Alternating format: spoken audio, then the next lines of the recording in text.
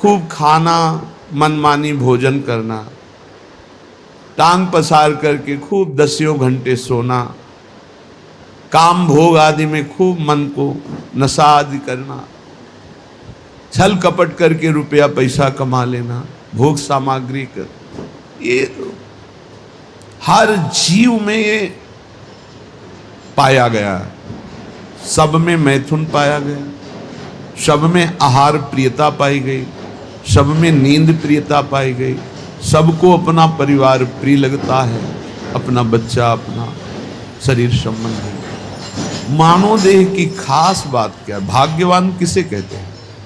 भगवत ऋषि जी कह रहे, निद्रा मैथुन भखन भय सहज सबहि सुधि होई, अनुभव भगवत भजन को भाग्यवान लहि कोई।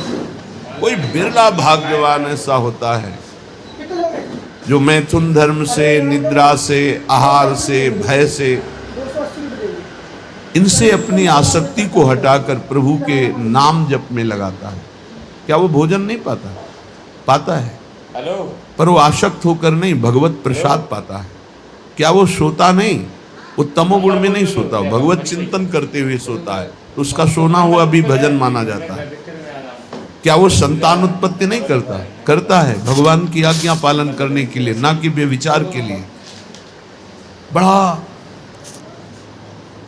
उत्तम देह प्राप्त हुआ है, ये पशुता में नष्ट करने के लिए नहीं है। बड़े भाग्यवान हैं जिनको अध्यात्म सुनने को मिला और वो अध्यात्म के श्रवण बल से असत वासनाओं का, गंदी आदतों का त्याग करके भगवान के भजन की तरफ, सतमार्ग की तरफ चले।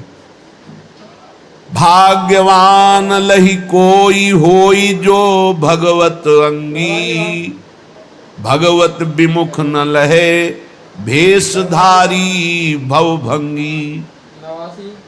कोई बिरला भाग्यवान भगवान के भजन में लगता है।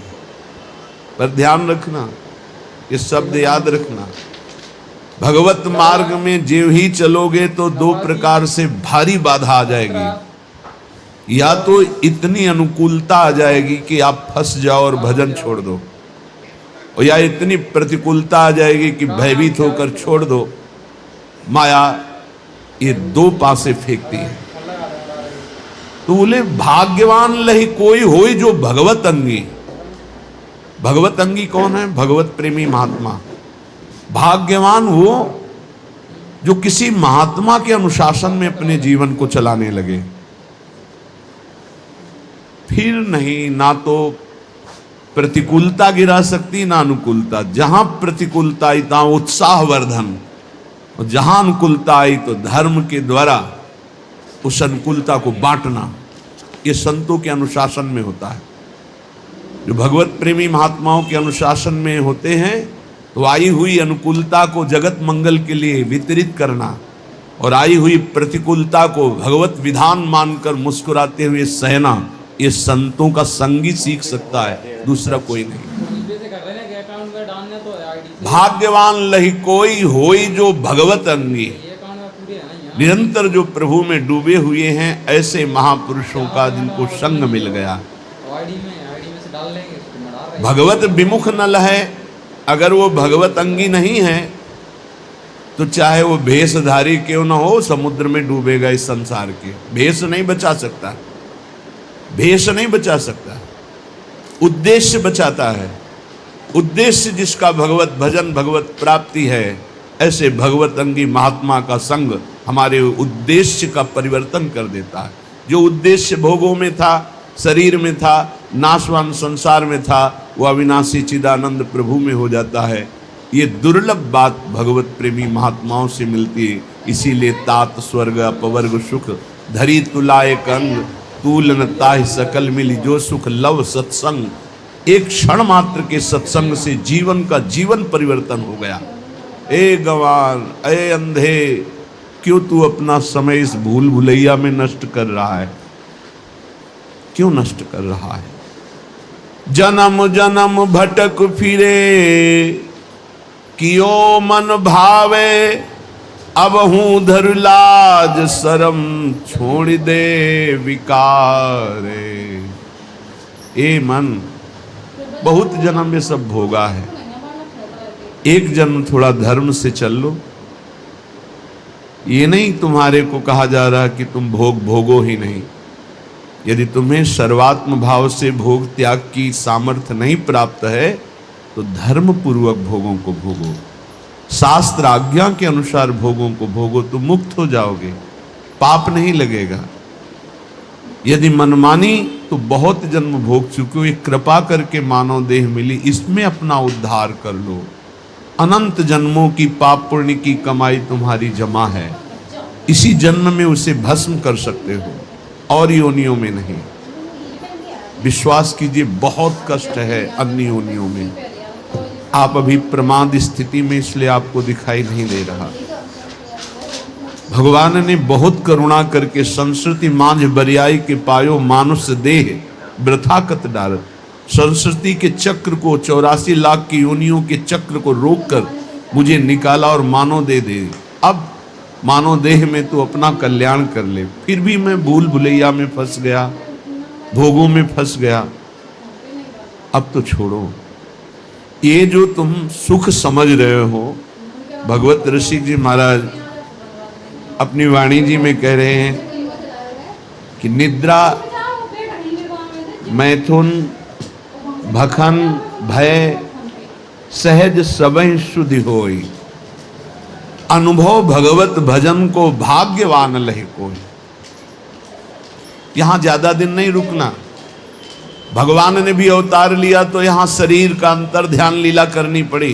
तो तुम्हारा शरीर कैसे, तुम्हारा तो विनाशी है, वो तो संपूर्ण विनाशी स्वरूप से प्रकट हुए। सच्चिदानंद रूपाय विश्वोत्पत्त्यादि हेतवे तापत्रय विनाशाय श्री कृष्णाय वयम नुमः। जब उनको अपने दिव्य स्वरूप का अंतर ध्यान लीला करनी पड़ी तो तुम्हारा तो पार्थिव स्वरूप में मिटिया मेट तो होगा ही, आज नहीं तो कल। तो तैयारी कर लो। कल एक भगत जी कह रहे थे डिप्रेशन में पहुंच गया हूं।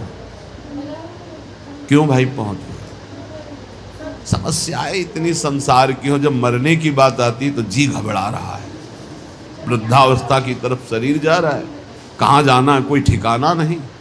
एक जीव घबरा रहा है कि सब हमारा छूट जाएगा, जो जो हमने किया हमका। यही अध्यात्म औषधि देता है कि मरने से सब जग डरा मेरो मन आनंद। अब अपने को ये है क्या, कहाँ जाना है, पता है कहाँ जाना है, क्या होगा ये भी पता है क्या होगा।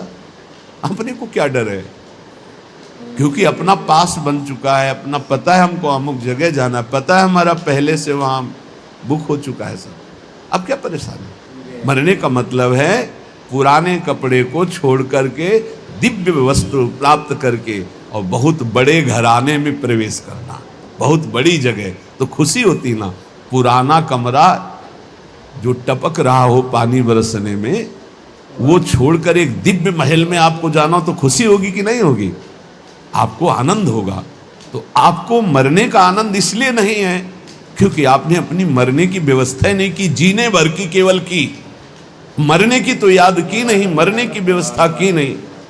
अब जीने का एक निश्चित समय है, नियत श्वासें हैं और वो खर्चा हो गई। अब घबराहट पैदा हो रही, कहाँ जाऊंगा, क्या करूंगा।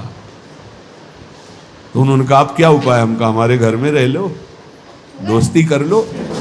तुमने अपना घर तैयार नहीं किया तो मेरे घर में रह लो। बोले हाँ ऐसा तो हो सकता है। तुमका राधा राधा जपो, हमारे घर में आ जाओ।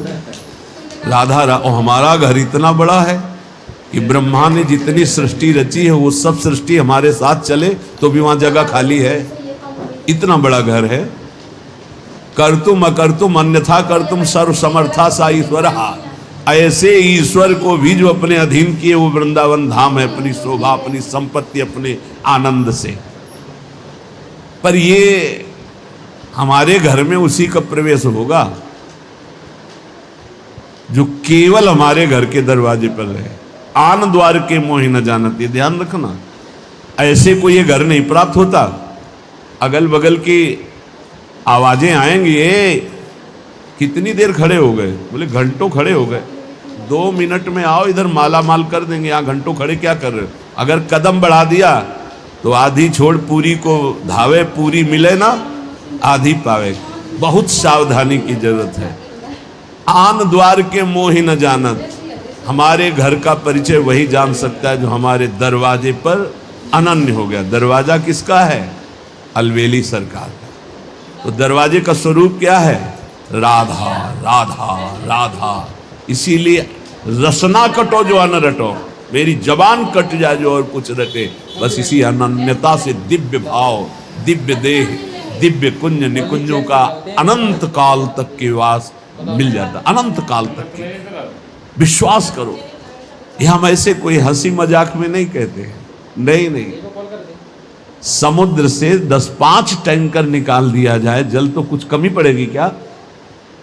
और एक टंकी से एक गिलास भी निकालोगे तो उतना अंतर पड़ जाएगा।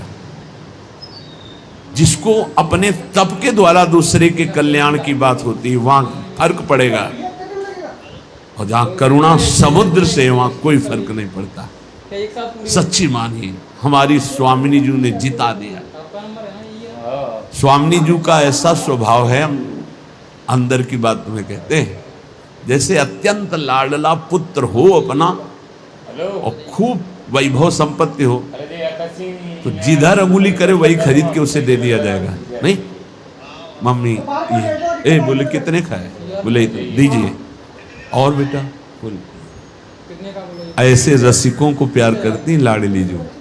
बोलो, बोले ये, बोले चलो नहीं, और बोले ये, बोले ये सब, बोले ठीक है पास।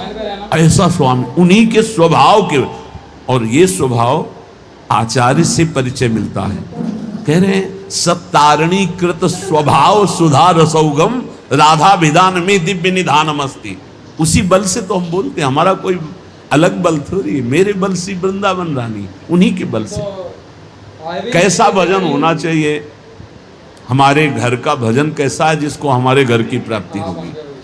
बोले कामी के प्रिय कामिनी, लोभी के प्रिय दाम, ऐसे ही भगवत रसिक के प्रिय श्री श्यामा श्याम। प्रिय श्री श्यामा श्याम। ये भय नैनन के कजरा, केली बिलोकत रहें और नहीं आवे नजरा। ओहो, श्यामा श्याम कैसे प्रिय लगे? बोले कामी के प्रिय कामिनी। गोस्वामी तुलसीदास जी ने भी मांगा यही। काम ही नारी प्यारी जिमि, लोभी जिम प्रिय दाम, तिमि रघुनाथ निरंतर प्रिय लागहु मोहि राम। हे राम, मुझे ऐसे कामी पुरुष को कामिनी, लोभी पुरुष को धाम। भगवत रसिक जी कहते जैसे कामी को